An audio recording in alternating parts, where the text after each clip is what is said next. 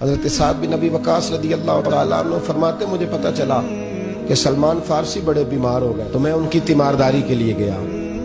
وہ چارپائی پہ لیٹے تھے، جب میں اندر داخل ہوا نا تو وہ فرماتے ہیں کہ میری طرف انہوں نے جب دیکھا تو ان کی آنکھوں میں آنسو آ گئے۔ جناب سلمان فارسی رو پڑے اور بڑا روئے۔ میں ان کے قریب گیا، حضرت سعد بن ابی وقاص کہتے میں نے انہیں تسلی دی۔ میں نے کہا یار تو کیوں روتا ہے؟ تیرے تو میرے رسول پاک نے مرتبے ہی بڑے بیان فرمائے۔ حضور نے فرمایا ہے کہ ہر آدمی جنت میں جانے کا شوق رکھتا ہے، اور جنت شوق رکھتی ہے کہ میرے اندر علی آ جائے، جنت کا شوق ہے کہ میرے اندر مقداد آ جائے، اور جنت کا شوق ہے کہ میرے اندر سلمان فارسی آ جائے۔ علی، سلمان اور مقداد تو جنت شوق رکھتی ہے کہ آ جائے۔ اتنا بڑا تو آدمی ہے اور حضور ہمیشہ راضی رہے، اور روتے کیوں ہو؟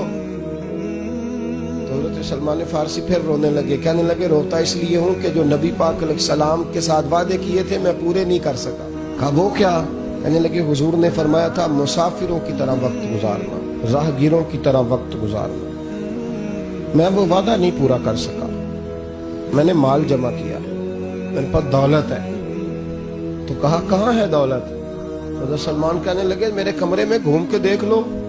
کہتے میں نے گھوم کے دیکھا تو 2 تکیے تھے، 2 پیالے تھے پانی پینے کے، ٹوٹی ہوئی چٹائی تھی اور تھوڑے سے برتن تھے۔ تو میں نے کہا یہ 5-10 دینار کا مال، اس کو آپ دنیا کہہ رہے ہیں؟ سلمان فارسی پھر رو پڑے، کہنے لگے اور کوئی رکھ لیتا تو خیر تھی، مجھے تو نہیں رکھنی چاہیے، میں تو نبی پاک کا غلام ہوں۔ اور پھر فرمانے لگے 2 تکیے ہیں، ایک سے بھی تو گزارا ہو سکتا تھا، 2 پیالے، ایک سے بھی تو گزارا ہو سکتا تھا۔ یارو، حضرت سعد بن ابی وقاص کہنے لگے یار تو کچھ بھی نہیں، بس اصل بات یہ ہے کہ تو غافل نہیں ہونا چاہتا۔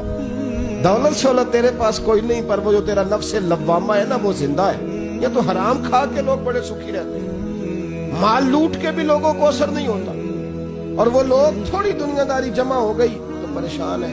صحابہ میں سب سے امیر ہے حضرت عبد الرحمن ابن عوف، 80 ہزار دینار ان کے انتقال کے بعد ان کی 4 بیویوں کے حصے میں آئے، اور ان کی دولت اتنی پاک صاف ہے کہ اللہ کے رسول نے ان کے پیچھے نماز ادا فرمائی ہے۔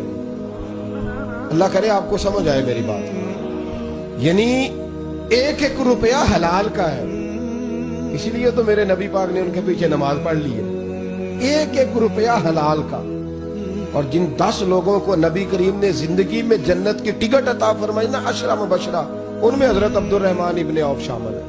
حضور کا وصال ہو گیا تو حضرت عبد الرحمن ابن عوف نا سارا دن آ کے سیدہ عائشہ صدیقہ کے دروازے پہ بیٹھے رہتے، کبھی حضرت ام سلمہ ام المومنین ان کے دروازے پہ بیٹھے رہتے، اور بیٹھے رہتے اور روتے رہتے۔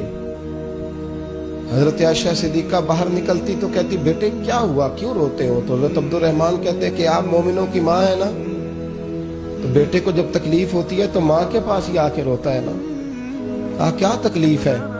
کہنے لگے اماں جی دولت بہت زیادہ ہے، پیسے بڑے، آج بھی رات خواب دیکھی ہے تو میں دریا میں ڈوب رہا ہوں۔ اماں جی آپ ماں ہیں، میرے لیے دعا کریں میں بچ جاؤں۔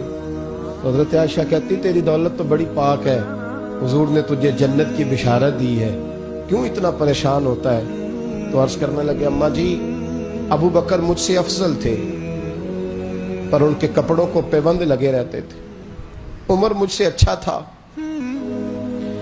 پر جب وہ دنیا سے گیا تو اس پر قرضہ تھا۔ امیر حمزہ مجھ سے بڑے افضل تھے، جب دنیا سے گئے تو کفن کا کپڑا بھی موجود نہیں تھا۔ تو میں نے اتنی دولت جمع کی ہے، ڈر لگتا ہے غافل نہ کر دے، دولت کہیں قائل نہ کر دے۔ تو حضرت عائشہ فرماتی جا جا کے خرچ کر کے آ، جا اس میں سے کچھ خرچ کر کے آ۔ واپس آتے کہتے 4000 دینار خرچ کر آیا، پھر آ کے روتے، پھر اگلی شام روتے۔ جناب ام سلمہ حضرت عائشہ ہاتھ اٹھا کے دعا کرتی، کہتی بات صرف اتنی ہے کہ تو غافل نہیں ہونا چاہتا، ہم تجھے دعا دیتی ہیں، پر مسئلہ یہ نہیں کہ تیری دولت میں کوئی کمزوری ہے، بات صرف اتنی ہے کہ تو غافل، بولیے تو غافل ہونا، جو دم غافل سو دم کافر، سانو مرشد اے ہو پڑھایا، بات صرف اتنی ہے کہ تو غافل نہیں ہونا۔ بھائیو یہ جو غفلت ہے نا یہ بہت بڑی مصیبت ہے۔